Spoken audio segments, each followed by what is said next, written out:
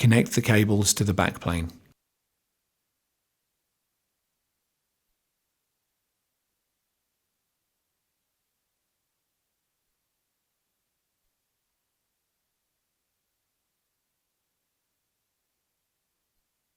Put the drive cage rear pins into the chassis slots.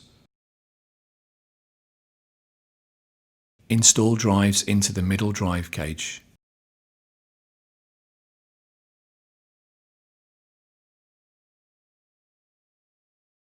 Press the latch next to the drive cage handle and rotate the handle to close it.